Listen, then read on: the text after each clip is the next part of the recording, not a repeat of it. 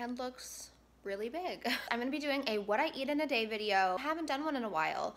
A lot of people say they're repetitive, but the only thing that's repetitive is the bulletproof coffee. That's pretty much the thing that is constant for me every single day. I tend to switch it up for lunch and dinner, and I'm not gonna waste food that I won't eat just to give you a breakfast recipe. Plus, breakfast is probably like my least favorite meal of the day.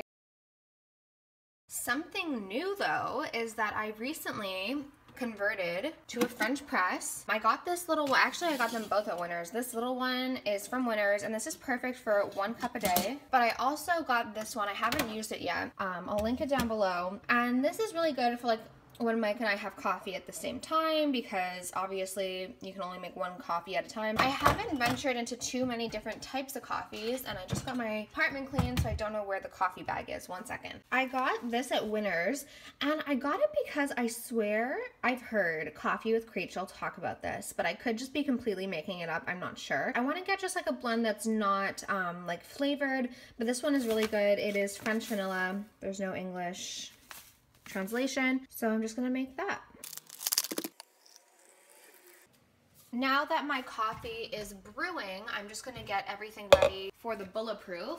This actually really works out for me. So I'm just getting my bulletproof coffee ready. Pretty much do the same recipe as I always have done. So I do 1 scoop of collagen peptides, a little tiny bit of the beef gelatin, just to add a tiny bit of creaminess, but personally, I find it way too heavy if I do like a full scoop. So when I say a tiny scoop, like it's not much. I'm pretty much done this jar of ghee. Lucky Vitamin is constantly selling out of this ghee, so I always have a backup or 2. I try and order 1 jar if it's in stock every time I place a Lucky Vitamin over. I just take about a teaspoon, a little bit of honey, my brain octane. I use about a capful.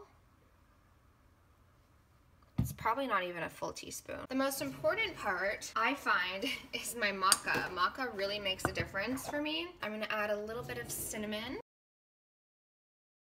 I think it's good now. Easy as pie. You just pour it in. Now the only thing left to do is blend it, and I'm loving this Ninja blender. It is so good, and like I honestly think better than the NutriBullet. Here we go. Here's the delicious bulletproof. And this mug was a gift from one of my viewers. Her name is Nancy. She sent this to me at the best part of the day. I'm still feeling a little weird. So I'm going to be making chickpea tuna salad, but not tasting like tuna because I don't like fish. So I just rinsed a can of chickpeas. And I kind of knew I was going to be doing this last night, so I stuck the chickpeas in the fridge so it wouldn't be like weird and warm and mushy today. I'm just going to stick this in my little food processor thing that I showed in my gift guide and then kind of roughly chop it up. Okay, so here we have the food processed chickpeas. I kept some of it chunky, and I know some people are going to ask, do you think that a blender would work? I don't think so, because I feel like it would turn it into sort of a paste. The food processor gave it the texture. Now I'm gonna add probably 1/4 of an onion. I'm gonna stick it in my little food processor so it's finely chopped. Some vegan mayo, Dijon mustard, I have capers, I've never made tuna salad, maybe pickles. I have the chickpeas, I diced up 1/4 of a pickle pretty finely, 1/4 of an onion, I don't really like raw onion. I have some capers, some minced dried garlic. I got this yesterday, it's the Hellmann's vegan mayo. I've tried a bunch of vegan mayos, avocado mayo, and honestly, this is probably the most realistic tasting mayonnaise that I've tried that's vegan. I really like it. Egg-free, cholesterol-free, gluten-free, so I'm like pretty happy. It tastes like very similar to actual mayo. So I'm gonna add, I don't know how much. I don't know how much is like a reasonable amount. I've never made tuna. Then we're gonna add some Dijon mustard. I love mustard. I'm gonna add a little bit of Old Bay. I got this at Walmart in Canada. I don't know, I've never had Old Bay because I don't eat seafood, but we're just gonna do that. You guys know I put this shit on everything, so I didn't add any salt, so we're just gonna do this, and this will add a little bit of kick. So now I'm just gonna mix this all up. Okay, so I didn't add any more mayo. I think it's just the right amount. I did add more Dijon because I really like the taste of Dijon mustard. I also added some freshly cracked ground pepper, and oh my god guys, it is so good. So I'm gonna toast up a piece of Ezekiel bread and have this for lunch. I have my 2 pieces of Ezekiel bread toasted. I'm using the end piece because I ran out. I'm just gonna take some of this. So fun fact about me, and yes, I did just already ruin a nail. I was a really, really picky child. I did not like tuna. I've never even had a tuna sandwich in my entire life. I never had egg salad sandwich. I've never, still to this day, have not had an egg salad sandwich. I'm just a pretty picky person. This is something new to me. This would probably be something that would get better as the days went on. I'm just gonna take some baby spinach because that's all I have in the fridge. And on the other piece, I think I'm gonna put some more mustard because I'm a mustard lover. Just gonna top this. And then we're gonna do a binging with Babish sort of cut. How do you guys like your sandwiches cut? Let's see. There we go. Chickpea salad, and this is lunch.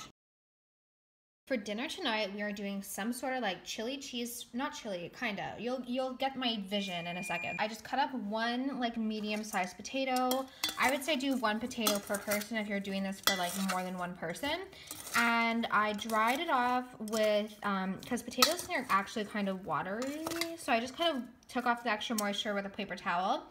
I put on about a generous teaspoon of avocado oil, and then all I did was season it with a ton of garlic powder because I love garlicky fries, some paprika, and some cumin since I'm doing sort of a Mexican vibe. I'm not going to add salt because salt dries out moisture, so I like to add salt after I roast the potatoes. Now I'm going to stick these in the oven and I'll watch them. It'll probably take 20-30 minutes, but you want to make sure they're on an even layer so that they'll get nice and crispy. In this little pan, I have about half of a red onion sauteing with a piece of chicken breast, and it's, you know, this is just good on its own, but what's going to take this to the next level and make it like, sort of like fajita-inspired cheese fries is I'm going to put in some of this vegan nacho cheese that I made. This is Hot for Foods recipe. I am obsessed with it. It's so good. Everyone who's tried it loves it. So I have it on low heat. This also microwaves up really, really well. So I'm just going to take, I don't know how much. I'm sure maybe I can add some chicken stock. This is bananas. It's so good. I thought about just putting cheese on it and then chicken on top, but I was like, why not make it even better and put it all together? You guys are going to die when you read the ingredients for this nacho cheese. It's all clean, all good for you. It's freaking amazing. There you go. Healthy, vegan if you don't add chicken or if you add tofu. Cheese fries.